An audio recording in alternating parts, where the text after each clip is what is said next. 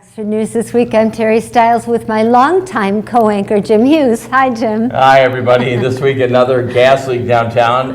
Oakland County Sheriff looking for volunteers, and state revenue sharing surprises the village. All this and more. The Oxford News begins right now.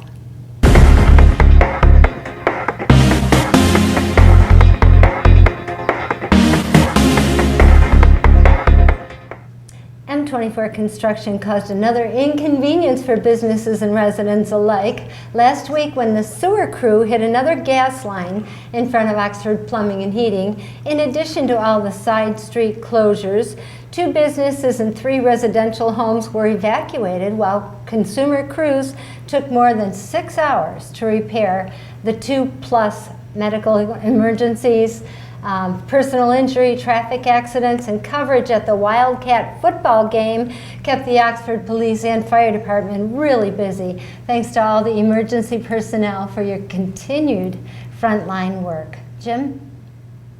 Well, there's some good news coming out of the Village of Oxford. Village Manager Joe Medor said for the fiscal year of 2019 to 2020, the village budgeted state revenue sharing came out ahead of what the village predicted. Medor said this is good news to the residents because this means shortfalls from pandemic will not have to be made up from other line items in the budget. Due to the pandemic, the village council anticipated a drop in state funding and budgeted for $249,000 in revenue. In August, the state projected nearly $300,000, which puts the village budget in good standing with the fund balance of $700,000. Terry. The Township of Oxford received more than $6,000 in grant monies last week to assist Clerk Curtis Wright and his team in the upcoming election. According to the Center for Tech and Civic Life, who awarded the grant, these dollars are being awarded to local election jurisdictions across the United States to help ensure there will be enough staffing and training and equipment needed for this November election, so that every eligible voter can participate in a safe and timely way and to have their vote counted. Clerk Wright plans to use the money to cover the cost of the ballot drop box purchased earlier and additional payroll for workers, training expenses, pay to clean polling places, and cover temporary staffing costs. This grant was researched and submitted by Oxford Township Communications and Grant Manager C.J. Carnacchio with assistance from Deputy Clerk Susan McCullough. Well done, everybody. Speaking of elections, absentee ballots were mailed this week with the help of the high school students, Claire Spindler, May Claire, Maylai Hurin, I hope I have your name right there, Allison Booth, and Catalina Ipkovitz. Abigail Walters, Martha Wolf, and Emma Smealy. According to the clerk Wright, some of these students are members of the National Honor Society, some are preparing to apply, and all donated their time with the coordination help of the Oxford High School. Principal Stephen Wolf, Clerk Wright said he heard the clerk's staff needed extra hands preparing for the November election, and he knew he could get it with the assistance of the Oxford school system and their NHS students to help get the ballots and instructions in the mail. Wright said it was a win-win situation as they got the help from the students serving their community and participated in the election process. Principal Wolf also said it's a good thing anytime future voters get involved in the election process and gives them a glimpse of how everything works and their voices can be heard. Again, I do apologize for any mispronounced names. Terry? That's not an easy task. Last week, the Oxford clerk staff and the NHS volunteers mailed out over 6,000 absentee ballots to Oxford voters who requested them. According to the Michigan Gov website, a new Michigan voting right is to allow eligible Michiganders to register and vote up to and on the day of the general election. Voters may register or update their voter registration online at michigan.gov/vote from now through October 19th, 2020. If a resident has not yet registered after this deadline, they must register in person at their city or township clerk office. To do so, voters are required to provide documentation of identity and proof of no fewer than 30 days of residency in a city or township they wish to register in and to vote prior to the general election. For the November election, voters must provide a copy of these documents to their local clerk's office in person, but can present the documents in the electronic form. A complete list of accepted documents for registration is available online at michigan.gov/vote. Jim? In their continued effort to keep the community engaged during the November Caregiver Recognition Month, the Oxford Township Parks and Rec Department will be providing a 1-hour virtual presentation to give a quick overview of some of the steps family caregivers should take when caring for an older loved one. The virtual presentation is being offered at no cost to the participants, but advanced registration is required. The presentation will take place on November 10th from 10 a.m. to noon. To register, all you have to do is click on the tinyrul.com/caregiver website at Oxford. This link will provide the participant with the Zoom login information. Also, keep an eye on the Parks and Rec Facebook page for complete information on this event. Banbury Cross also wishes to thank the Johnson family for a load of 250 bales of hay. That's also part of the news as well, Terry. For those of you who may have some extra time on your hands, Banbury Cross is looking for volunteers.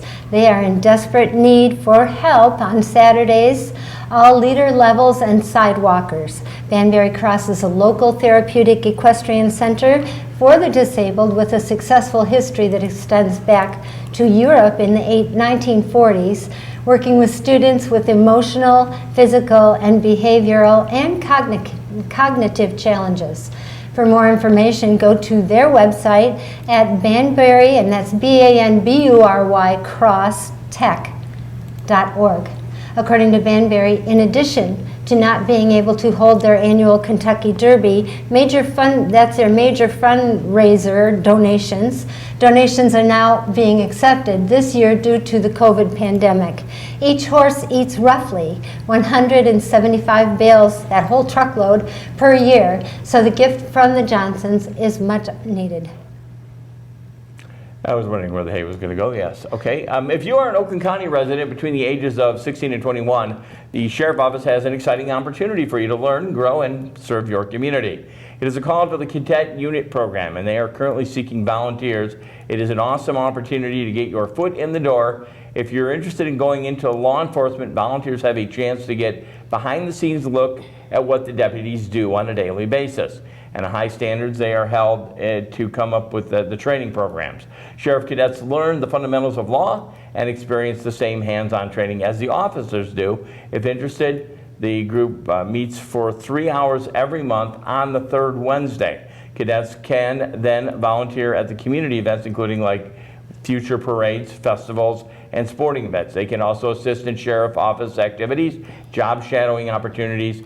For more information, you want to log on the Oakland Gov website, www.oaklandgov.com, and you'll find out more information. /patrol, I believe that's what it says. Terry?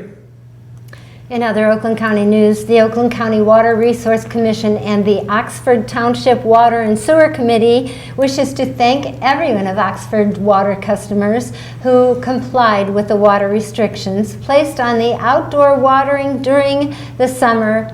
Environmental planner Connie Sims said it really made a big difference. The restrictions were put in place due to the increased water usage during the mornings, which put a significant strain on the township supply. Township trustees and Supervisor-elect Jack Curtis chairs the Water and Sewer Committee and said he was not surprised at the Oxford residents' willingness to cooperate, and said the people of this community never fail to step up to the challenge when pulling together is needed. That's it for Oxford News this week. If you'd like to learn more about these stories and others, you can pick up a copy of the Oxford Leader newspaper, or you can catch us on our website at occtv.org or on Charter Channel 191 and AT&T Channel 99. Oh, don't forget Facebook, right? Oh, don't forget Facebook. You can get us there. Anyway, right, Terry. All and that and more, we bring your news closer to home. I'm Jim Hughes. See you again next week. And again, I want to say thank you to our person behind the camera, our director, and got us all going again. Alex back there, thank you so much. And as I always say, you gotta pull the prop out, you know. Don't forget to wear your mask. We'll see you next week, everybody. Take care of yourselves, okay?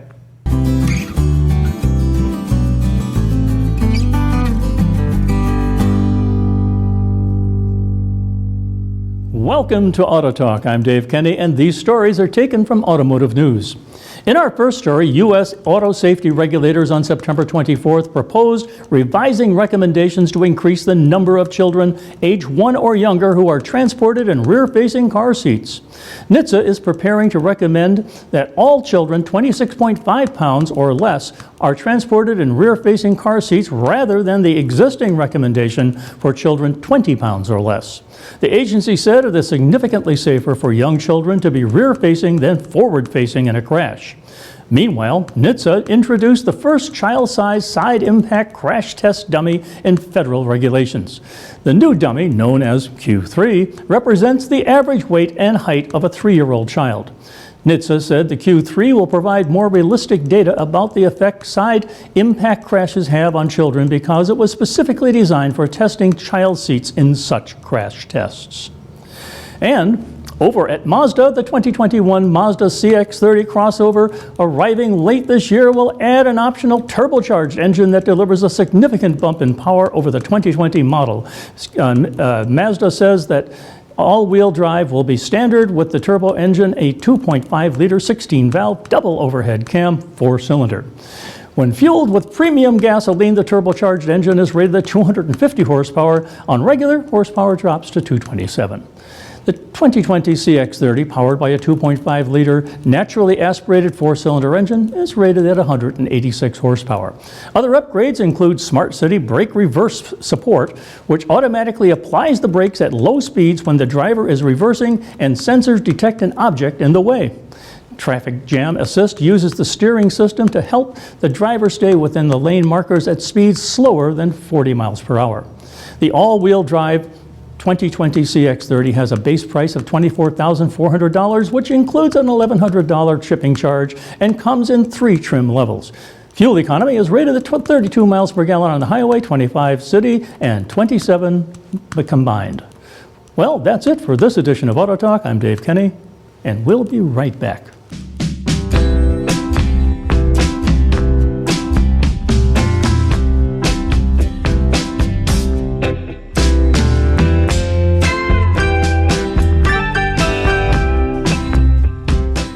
Welcome to Science in the News. I'm Dave Kenny, and this story is taken from New Scientist. A Cuvier's beaked whale has made the longest dive by any mammal ever recorded, lasting 3 hours and 42 minutes. That smashes the previous record of 2 hours and 43 minutes. The record has stunned biologists.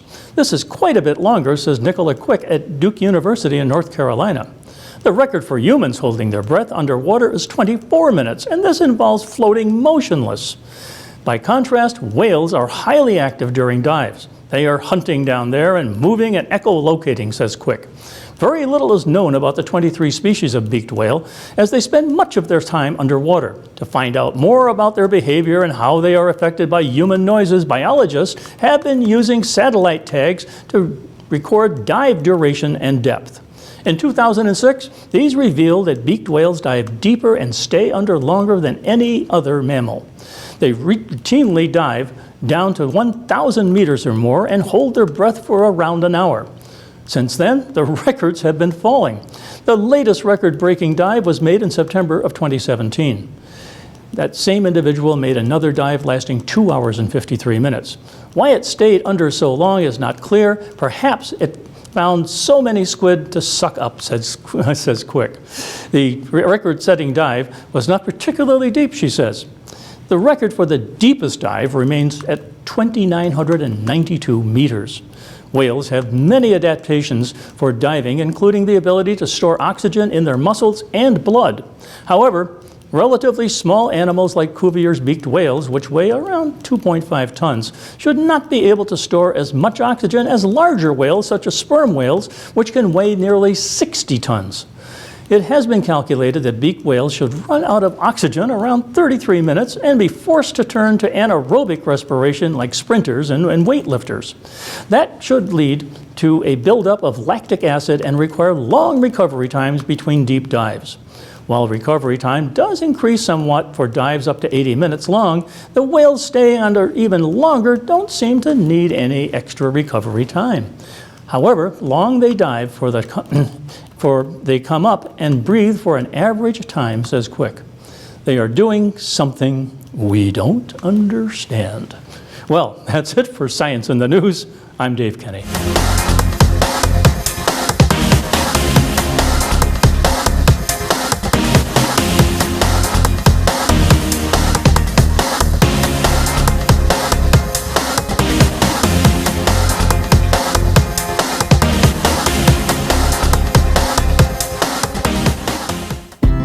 You can't buy a best friend. You can love them, pet them, care for them, whether they want you to or not. You can take a picture, you can jump, yell, you can fly to the moon, travel the world, or just stay in bed. You can't buy a best friend like that, but you can adopt one. 'Cause we're